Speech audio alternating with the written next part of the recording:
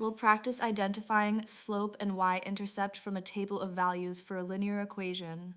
Here's the problem. For the equation y equals 3x minus 4, make a table of values for x equals -1, 0, 1, and 2, then identify the slope and y-intercept and show from the table that the relationship is linear.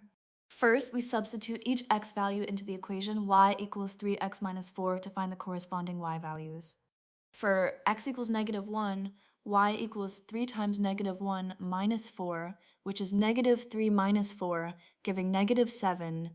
For x equals 0, y equals 3 times 0 minus 4, which is 0 minus 4, giving -4. For x equals 1, y equals 3 times 1 minus 4, which is 3 minus 4, giving -1.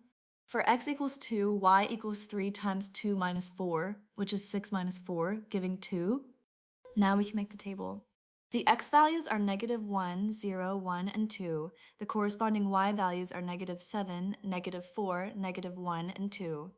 Calculate the first differences in y.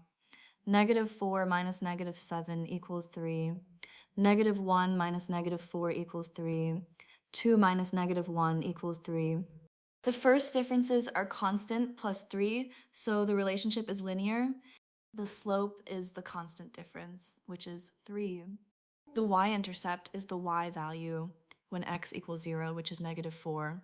Remember, for a linear equation, the first differences in y are constant, and that constant is the slope.